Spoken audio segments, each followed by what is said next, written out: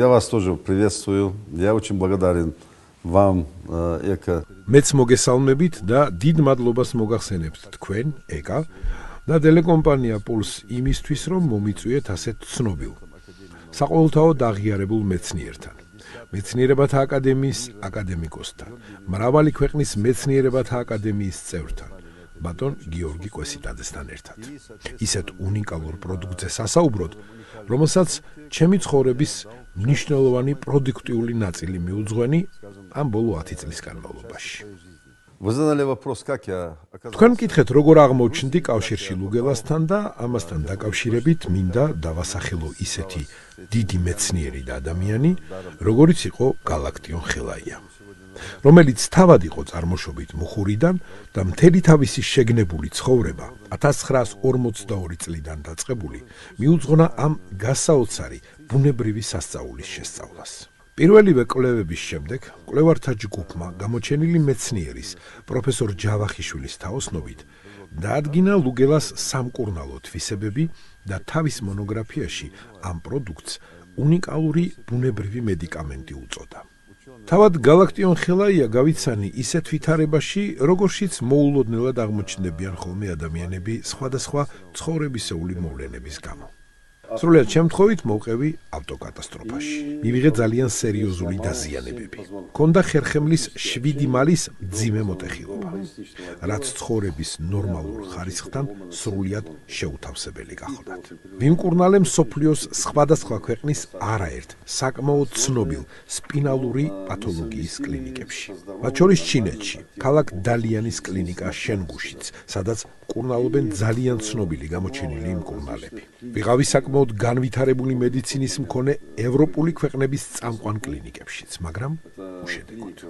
საბოლოოდ დაახლოებით წელიწად ნახევარში პირდაპირ მითხრეს, რომ ხეიბრად დავრჩებოდი და ეტლში ჯდომისთვის მამზადებდნენ. სიმართლე გითხრათ, აზრადაც არ მომსვლია დანებება და სწორედ გამოსავლის ძიების პროცესში გავიცანი უკვე 90-ს მიტანებული, მაგრამ საკმაოდ მხნე, ბრგე ადამიანი და მეცნიერი გალაქტიონ ხელაია.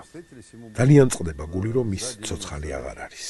მან არაერთი კვლევა, მათ შორის მონოგრაფიაც მიუძღვნა ლუგელას შესწავლას, მისი გამოყენების მეთოდიკას და სფეროს, მათ შორის ვეტერინარიაშიც, სადაც ცხადია, პაციენტთან კომუნიკაციის შეუძლებლობის გამო გარეგნულად აკვირდებოდა ეფექტს და ამ წყლის გამოყენების კლინიკურ შედეგებს საკუთარი თვალით ხედავდა და აფასებდა.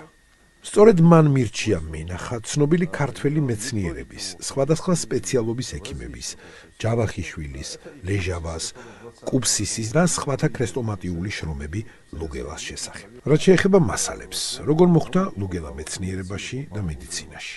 არსებობს სტატია, რომ უკვე 1942 წელს, როცა საბჭოთა ჯარების უკანდახევისას დაჭრილებით სავსე ვაგონები საქართველოში შემოვიდა, რათა თბილისში საოპერაციოდ ჩაეყვანა ჯარისკაცები, მოუხდათ ეშელონის გაჩერება და პაციენტების ზუგდიდის საავადმყოფოში გადაყვანა, რადგან დაჭრილებს განუვითარდათ განგრენა, რომელიც სწრაფად პროგრესირებდა და მათ სიცოცხლეს იწირავდა. მოგეხსენებათ, ანტიბიოტიკი მაშინ ჯერ გამოგონილი არ იყო და ჯარისკაცების გადარჩენის ერთადერთ გზად რჩებოდა სასწრაფო ამპუტაციების ჩატარება. სრულიად შემთხვევით აღმოჩნდა, რომ აქ მუშაობდა მუხურელი კაცი, რომელმაც თავის თავზე აიღო პასუხისმგებლობა, თქვა, რომ იცოდა ამ გამოუვალ მდგომარეობაში, როგორ გადაერჩინათ ეს ჯარისკაცები და შესთავაზა ექიმებს ეცადათ ლუგელას გამოყენება. მოიტანეს ეს წყალი, რომელსაც კიდეც ასმევდნენ, კიდეც საფენებად იყენებდნენ და სტერილური სახით ვენაშიც უკეთებდნენ პაციენტებს. ზუსტად 3 კვირის თავზე 258 ადამიანი, რომელთაც ჩაუტარდათ მკურნალობა, არათუ გადარჩნენ და განიკურნენ, არამედ დაბრუნდნენ ფრონტზე საბრძოლველად და განსაკუთრებული სიმამაცით იბრძოლეს კიდეც, რისთვისაც ბევრი მათგანი შემდგომში დაჯილდოვდა. წყაროებიდან ირკვევა, რომ ლავრენტი ბერიამ, რომელიც თავადაც დასავლეთ საქართველოდან, სამეგრელოდან იყო, იცოდა რა მშვენივრად ლუგელას შესახებ, ეს სტატია სტალინს აჩვენა, რასაც მოჰყვა სხვადასხვა დარგის მეცნიერთა მივლინება მუხურში. ლუგელას სიღრმისეული შესწავლა ქიმიური, ფიზიკური, გეოლოგიური, სამედიცინო კუთხით. ერთ წელიწადში ანგარიში მზად იყო და უკვე 45 წლის თებერვალში ჯერ კიდევ ომის მსვლელობისას გამოიცა კიდეც. სწორედ ეს კრებული გახდა შემდგომი კვლევების ტრიგერი. და ყოველი მომდევნო კვლევის შედეგებში გვაოცებს იმ ნოზოლოგიების მრავალფეროვნება, რომელთა შემთხვევებშიც გამოიყენებოდა და გამოიყენება უმაღლესი ეფექტიანობით ეს გასაოცარი პროდუქტი. ამასთან მნიშვნელოვანია, რომ ლუგელა არანაირად არ საჭიროებს დამატებით დამუშავებას და არ იცვლის ფიზიკო-ქიმიურ და სამკურნალო თვისებებს რაიმე ფაქტორის ზემოქმედებით. მისი გამოყენება ზუსტად იმ სახით არის შესაძლებელი პერორალურად, საფენებად, რექტალურად თუ ჩასაწვეთებლად, როგორი სახითაც მოედინება ნიადაგიდან. ჩვენ მისი გამოყენების შესახებ სხვადასხვა შემთხვევებში, მათ შორის თვალის დაავადების დროს, გავიგეთ ადგილობრივი მაცხოვრებლებისგან, რომლებიც იწვეთებენ ლუგელას თვალის ანთებისა და სხვა დაზიანებების დროს. გამოვცადეთ ჯერ საკუთარ თავზე, საკუთარ ცხოველებზეც კი და შემდეგ ჩავატარეთ რიგი მნიშვნელოვანი კვლევები, რომელმაც დაადასტურა ლუგელას კლინიკური ეფექტი. შესაბამისად, სად ვართ ეხლა? მისასვლელი გზა, რომელიც დაზიანებული, ჩამორეცხილი იყო, აღდგენილია. ელექტროფიცირება და წარმოებისთვის საჭირო პირობები შექმნილია, რომ ხელმისაწვდომი იყოს ხალხისთვის. თანამედროვე სტანდარტების შესაბამისი გაღრმავებული კვლევები ჩატარებულია, წყაროს მარაგი გამოთვლილია. გარკვეულია, რომ ბოლო 100 წლის განმავლობაში არც მინერალური შემადგენლობა, არც ტემპერატურული რეჟიმი და არც დებეტი არ შეცვლილა, მაგრამ იმისთვის, რომ ეს კონდიცია შენარჩუნდეს, საჭიროა ძალიან ფრთხილი დამოკიდებულება, დიდი ყურადღება და მოვლა.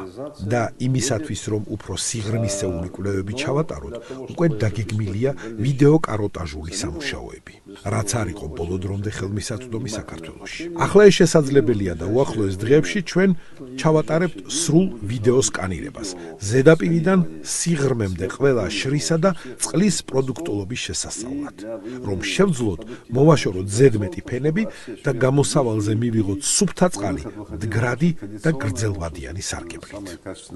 И это было надолго.